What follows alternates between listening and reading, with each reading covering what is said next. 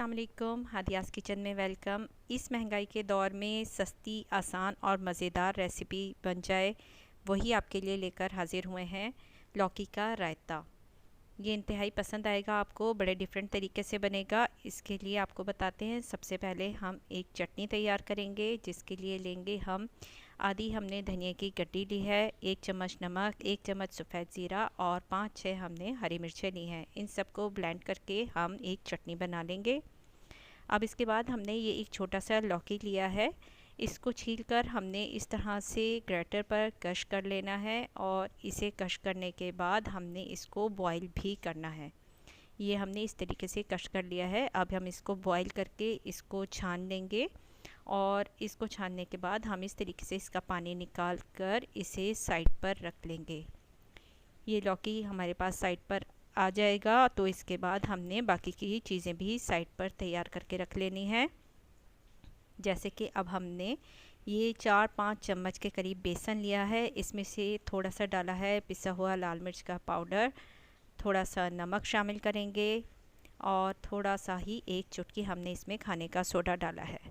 अब हमने इसे थोड़े से पानी के साथ पेस्ट बना लेना है और इसे मुनासिब सा हम पेस्ट बनाएंगे, ना ही बहुत पतला करेंगे ना गाढ़ा रखेंगे। इस तरह का हम इसे पेस्ट बना लेंगे और अब इसकी हमने छोटे छोटे से पकौड़े बनाने हैं। छोटे चम्मच से आप इसको डालें और छोटे छोटे से पकौड़ियाँ तैयार कर लें।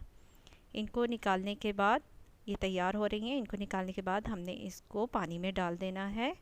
एक बाउल में हमने पानी लिया है और ये पकौड़े निकालकर हमने एक बाउल में पानी में डाल लिए हैं।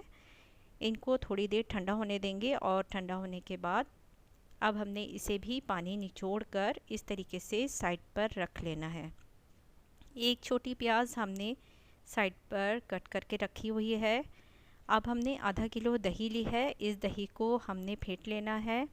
इस दही को फेंटने के बाद हम इसमें शामिल करेंगे थोड़ा सा पानी, ताकि दही को थोड़ा सा सॉफ्ट और पतला कर लें, क्योंकि बाकी चीज़ें मिलने के बाद दही का पेस्ट गाढ़ा तैयार हो जाएगा।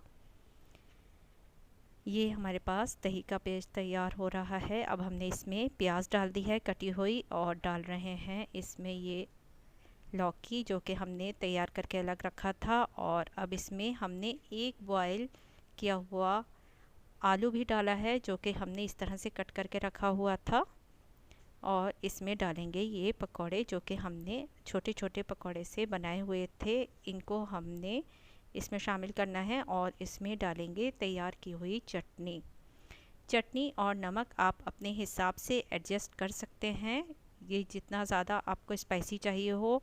बहुत ही मज़ेदार किस्म का रायता बनेगा। इसे एंजॉय करें। चैनल को सब्सक्राइब करना मत भूलें।